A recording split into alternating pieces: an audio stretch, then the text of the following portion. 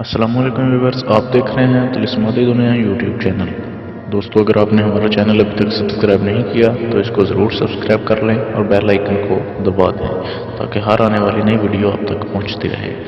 तो दोस्तों, आज का जो अमल है इसमें मैं आपको बताऊंगा कि आप परी का नज़ारा ख्वाब में कैसे कर सकते हैं।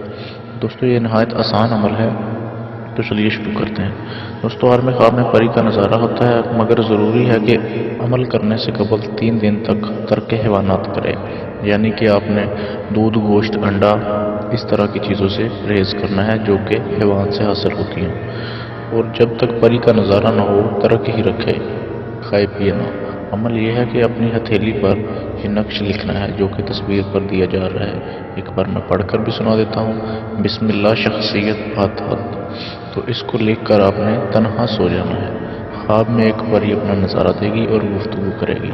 दोस्तों, ये भी तकरीबन 1 हफ्ते में परी जो है वो अपना दीदार करवा देती है ख्वाब में। आप उससे भी अपने हर मसले का हल पूछ सकते हैं, आप उससे दोस्ती भी कर सकते हैं ख्वाब के थ्रू। तो वीडियो देखने के लिए शुक्रिया, और इस अमल को करने की इजाज़त हर वीडियो देखने वाले को दी जाती है। Thank you.